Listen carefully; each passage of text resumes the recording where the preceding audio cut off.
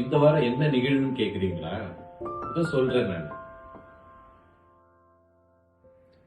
நீதிமொழிகள் 17ஆம் அதிகாரம் 6ஆம் வசனம். முதியோருக்கு அவர்களுடைய பேரப்பிள்ளைகள் மணிமுடி போன்றவர்கள், பிள்ளைகளின் பெருமை அவர்கள் தந்தையரே.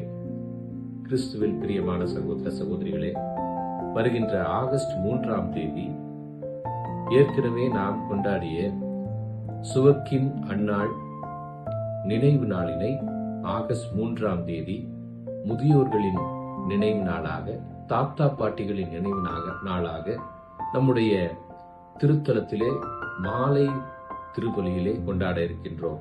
ஞாயிறு 6 மணி திருப்பலி, அந்த திருப்பலியிலே கொண்டாட இருக்கின்றோம். நீங்கள் எல்லோரும் வந்து கலந்து கொள்ளுங்கள்.